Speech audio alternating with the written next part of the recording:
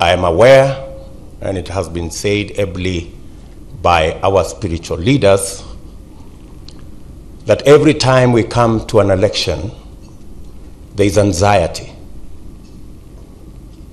And sometimes there is tension. But I want to say that we are trusting God. I am trusting God that this election will be an election with a difference. I am persuaded, beyond any doubt, that we will have a peaceful election, because it is our duty and it is our collective responsibility to make it peaceful. And we must live up to what we all believe, that this is just but an election, so that we can get the next group of people to lead our country. So before I conclude my remarks, in the absence of my brother, the Honorable Raila Odinga, who is my main competitor in this election, I'm going to ask my sister, Martha Karua.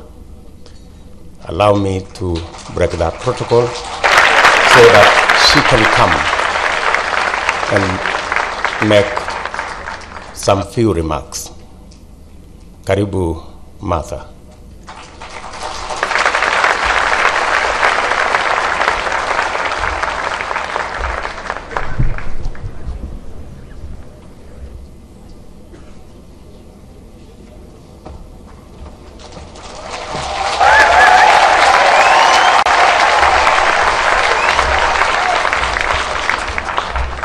None of us is perfect.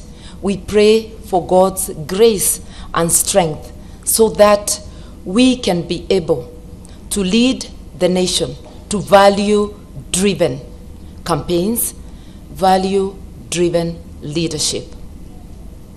I just want to remember that somewhere in the Bible, I'm not good in quoting, so don't expect the verse. It is said, prayers without action is not real. So how I pray that our prayers are matched by our actions. If we do that, we definitely will have peaceful elections, a peaceful transition, and a nation that stands together. God bless Kenya. God bless us all. And thank you, William, for inviting me to speak.